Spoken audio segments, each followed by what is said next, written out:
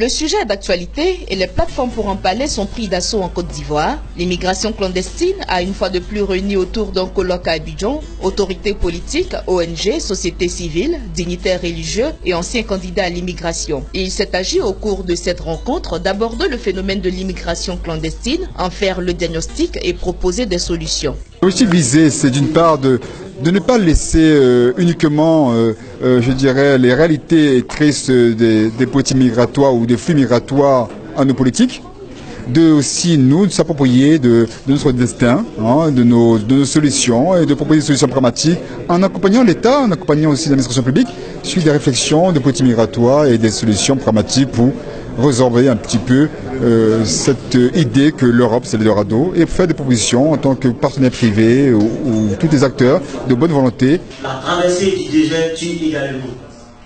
À pareille rencontre, les participants restent toujours édifiés par les témoignages d'anciens candidats malheureux à l'immigration clandestine. C'est le cas de Bamba Mohamed qui a expliqué sa tentative infructueuse de se rendre illégalement en Italie au péril de sa vie.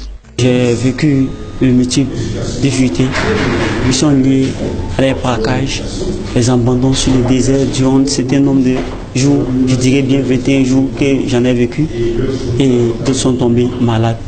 Et je dirais bien qu'à travers ce voyage, les images que nous voyons, les vidéos que nous voyons, qui sont des faits réels.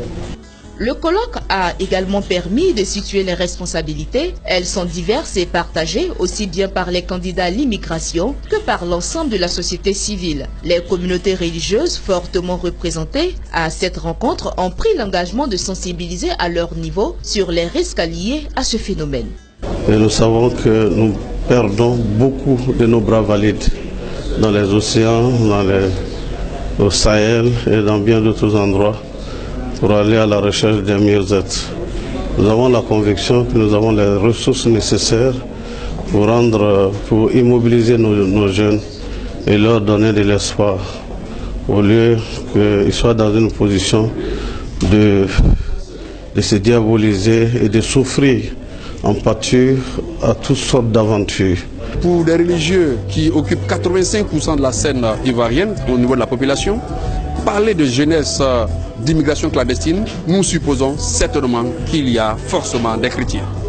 Partant de là, nous nous impliquons. Et nous nous sommes dit que, oui, nous sommes des pôles ou bien des leaders d'influence. Nous influençons certainement nos populations.